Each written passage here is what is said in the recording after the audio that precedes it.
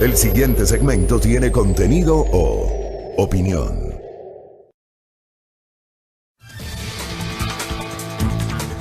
Muy bien, 6:21, lunes 23 de diciembre del 2019, se acaba el año. Esta nuestra última semana de trabajo, así que aprovechémosla.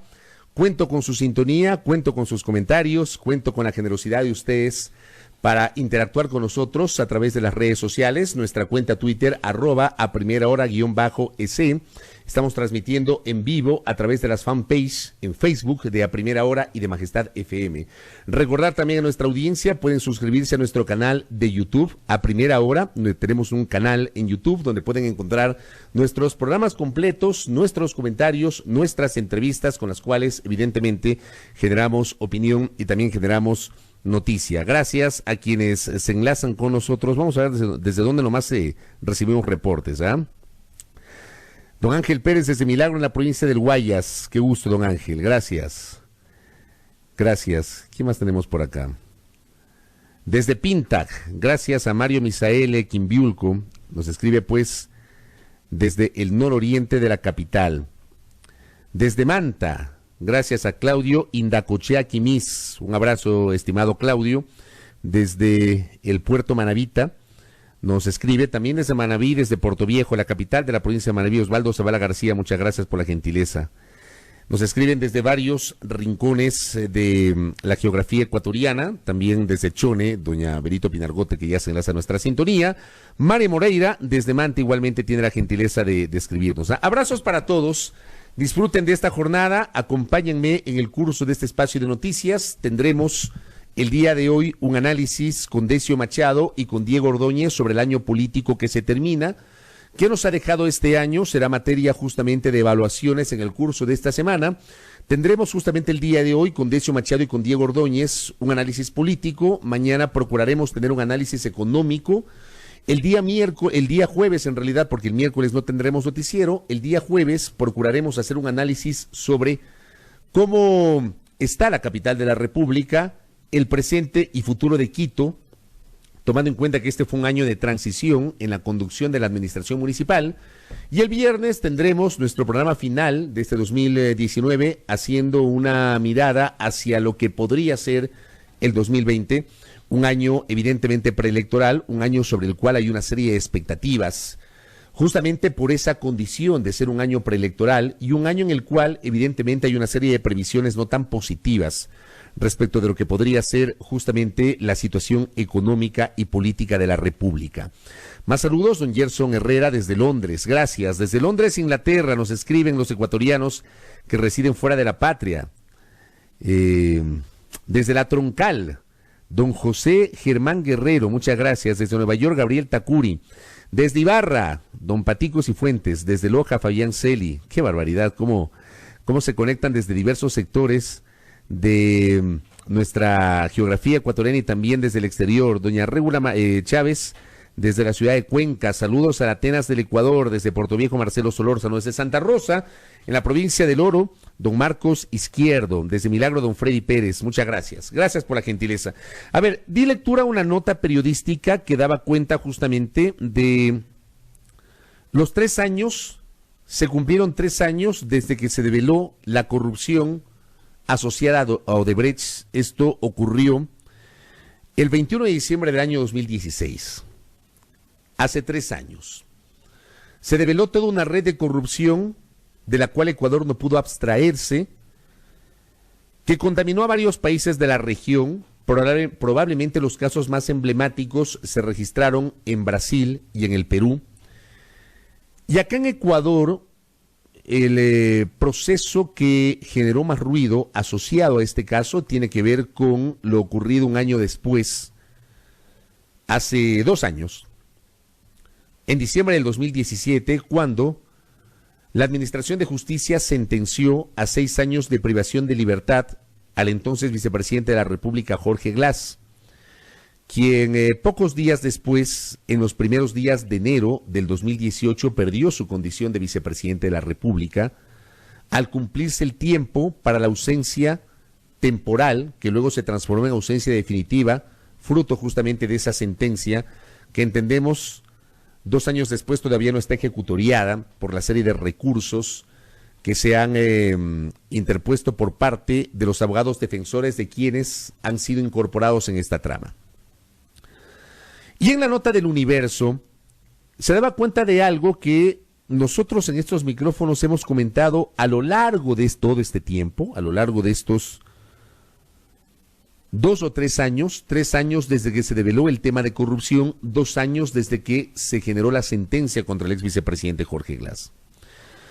Se mencionaba, por ejemplo, un episodio que pocos lo recuerdan y que ocurrió en abril del 2017, cuando fue detenido el ex ministro de Electricidad, Alexei Mosquera, quien fue investigado por lavado de activos al haber recibido una coima cercana al $1.000.000 y fue sentenciado a 5 años de cárcel. Sobre el caso de Alexei Mosquera y por qué menciono este caso, es importante, como siempre yo he señalado en estos micrófonos, tomar nota de las evidencias o de las pruebas que permitieron sentenciar a una persona.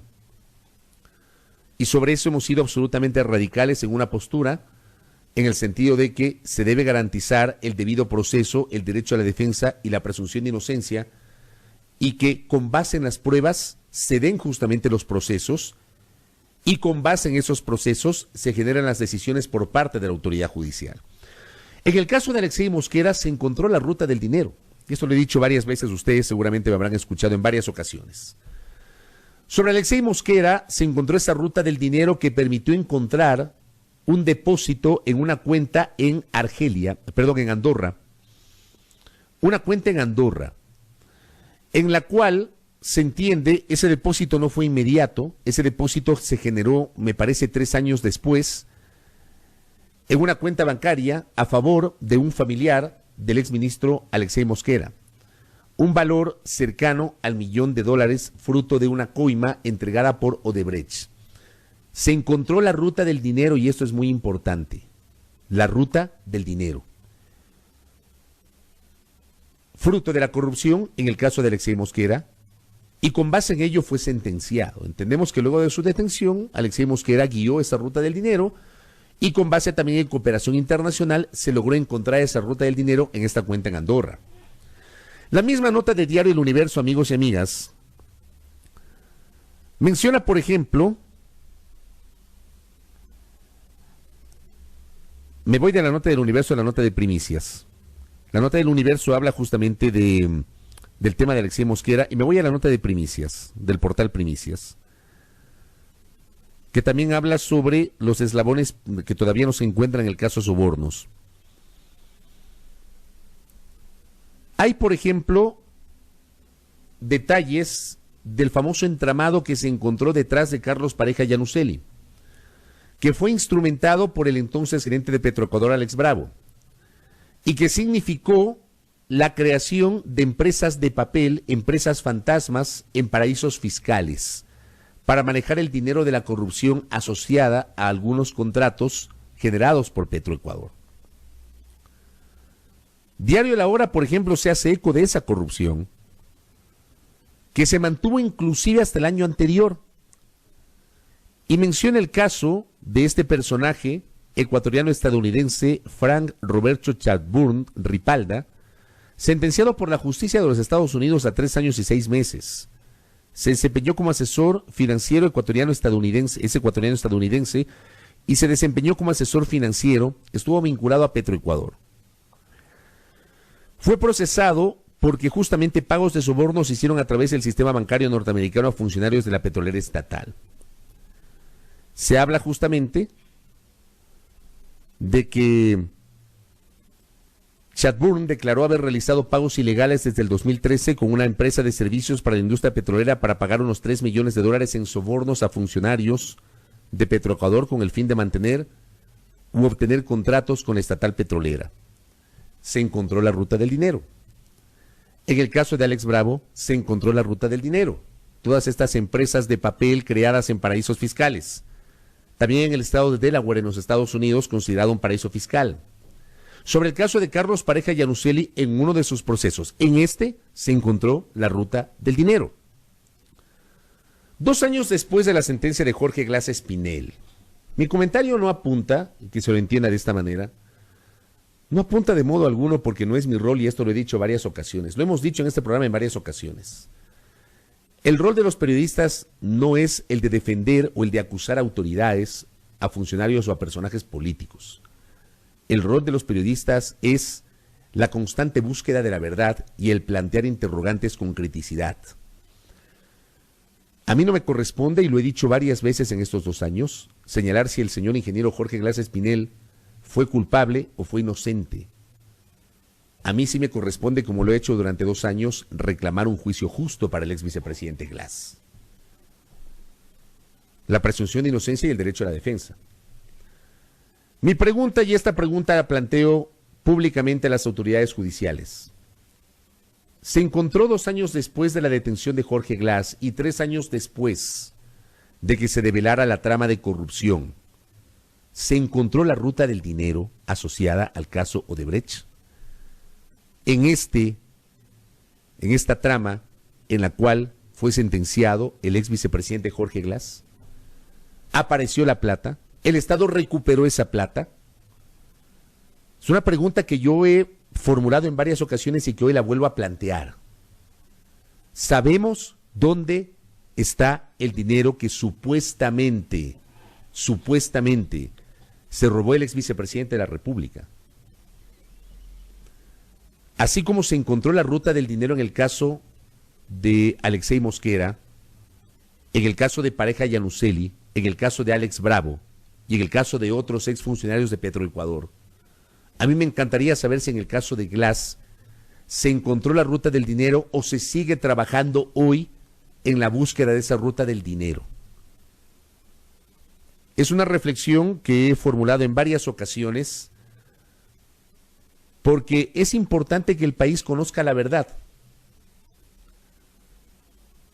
Me encantaría saber, por ejemplo, qué se hizo con el dinero que se encontró en la cuenta en Andorra del señor Alexei Mosquera. Me encantaría saber finalmente si el señor Tomislav Topic le devolvió al Estado ecuatoriano el dinero que se había comprometido a devolver y que, según él, misteriosamente apareció en sus cuentas, en las cuentas de Telconet. Sobre lo cual, inclusive, un buen día, el señor presidente de la República, en un acto en el Centro Cultural Metropolitano, que está ubicado junto al Palacio de Carondelet, con representantes de los jubilados, les ofreció que con esa plata se iba a financiar una pequeña parte de la deuda que el Estado tiene con los adultos mayores, con los pensionistas del IES. Un anuncio generado en su momento y que nosotros lo cuestionamos dentro de nuestra libertad de expresión con responsabilidad. Digo, ¿qué pasó con la plata de Telconet? La que el señor Topic ofreció pagar en cómodas cuotas. Sería muy interesante saberlo. Y si esa plata entró a las arcas fiscales, no sé cómo iba a ocurrir eso. Yo no sé si jurídicamente esa plata puede entrar a las arcas fiscales. No conozco cómo puede ser. Como siempre he mencionado en varias ocasiones en estos micrófonos, amigos y amigas, no es lo que sabes, sino lo que puedes probar.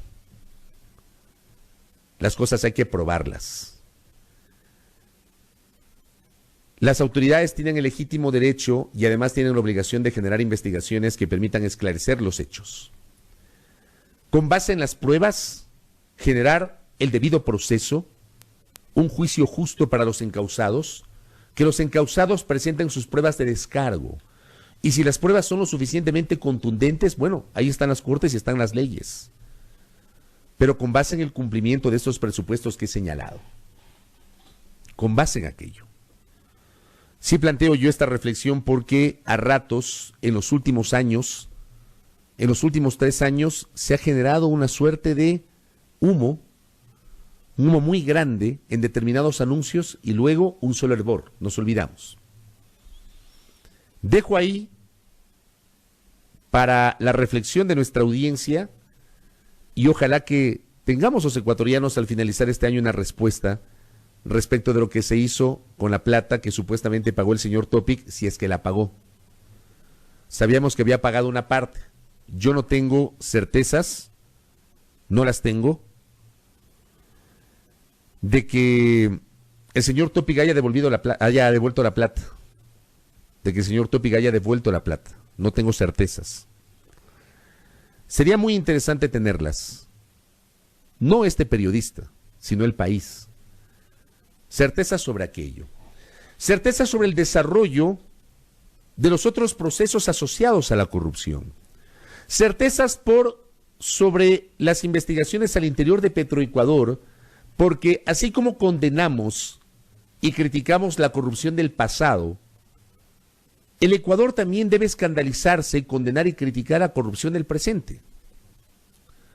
Y cuando hablamos de un personaje que hace pocos meses nomás, o hasta hace pocos meses nomás, fue parte de Petroecuador, y resulta que ese personaje, el señor Raúl de la Torre, en un viaje a los Estados Unidos, cuyos entretelones todavía no son lo suficientemente claros, fue detenido y no sabemos si a la entrada o a la salida las autoridades de los Estados Unidos lo encontraron con una buena suma de dinero. El señor de la Torre ha declarado y ha confesado a las autoridades de los Estados Unidos que formó parte de una trama de corrupción en Petroecuador. Yo pregunto, respetuosamente lo hago, aquí en el Ecuador, ¿qué ha pasado? ¿Qué ha pasado? ¿Qué ha hecho el señor ingeniero Pablo Flores, gerente de Petroecuador, respecto de este tema? ¿Se enteró el anterior ministro de Energía y Recursos Naturales no Renovables, Carlos Pérez García, sobre esos actos de corrupción? ¿Qué está haciendo hoy el doctor José Augusto Briones, actual ministro de Energía y Recursos Naturales no Renovables, respecto de este tema? Sobre este caso, poco o nada se habla en el Ecuador, amigos y amigas. Sobre el caso del señor Raúl de la Torre. Qué bueno que Diario de la Hora haya traído a colación este tema, mencionando a este personaje, Fran Roberto Chatburn. Menciona a Roberto Barrera y Raúl de la Torre, quienes fueron detenidos hace 6 meses, en junio de este año, en Miami, Estados Unidos, y allí se declararon culpables por el delito de lavado de activos. ¿Por qué nos escandalizamos sobre la corrupción de unos y no de otros? ¿Por qué somos selectivos? La corrupción hay que rechazarla, la de antes y la de hoy, y venga de donde venga, porque terminan siendo personajes que se aprovecharon de su condición preferente en diversos espacios de la cosa pública para delinquir. Pero en lo personal, sentimos que para esto también hemos sido muy selectivos en los últimos tiempos, para el combate a la corrupción. Creo yo que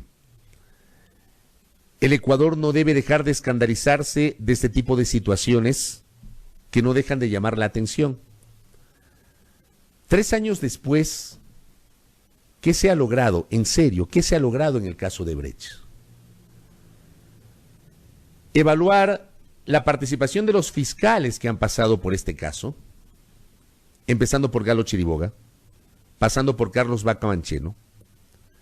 Luego vino este periodo de inestabilidad en la fiscalía, en la cual hubo 3 fiscales encargados, hasta que finalmente llegó la señora doctora Diana Salazar, tras el proceso que llevó adelante el Consejo de Participación Ciudadana y Control Social de Transición. ¿Cuál ha sido el papel de esos fiscales en el desarrollo de esta trama, de la investigación de esta trama?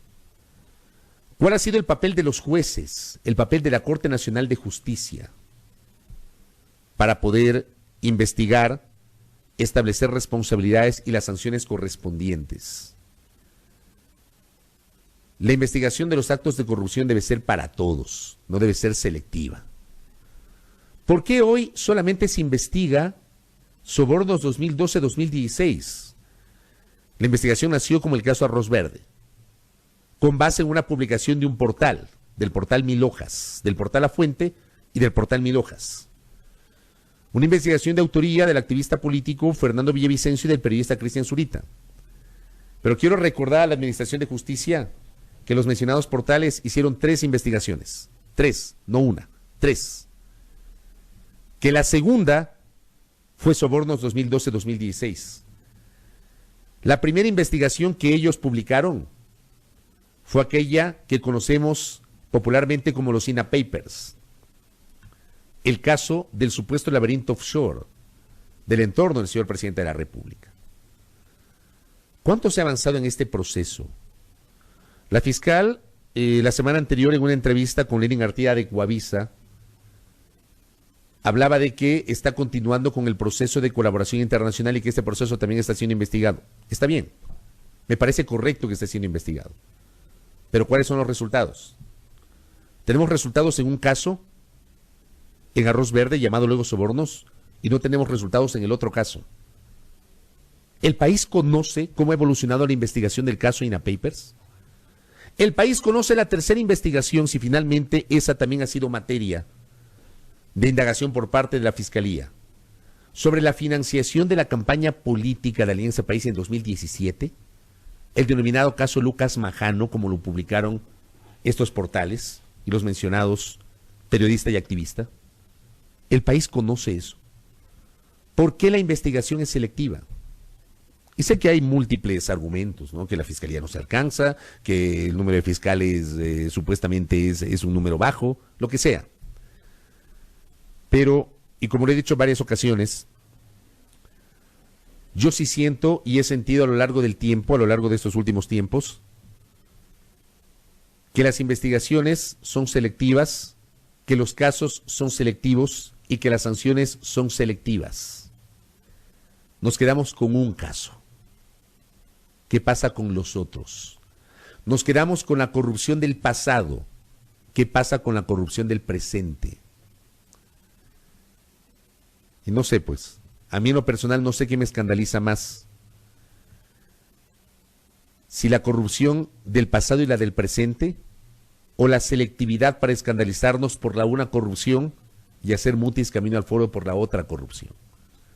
3 años del caso de Brecht han marcado nuestra agenda, nuestras entrevistas y nuestra opinión. Llamado público a la Fiscalía y a la Administración de Justicia. Señores, respetemos el debido proceso, la presunción de inocencia y el derecho a la defensa. Y las investigaciones no deben ser selectivas. 6:42 en la primera hora.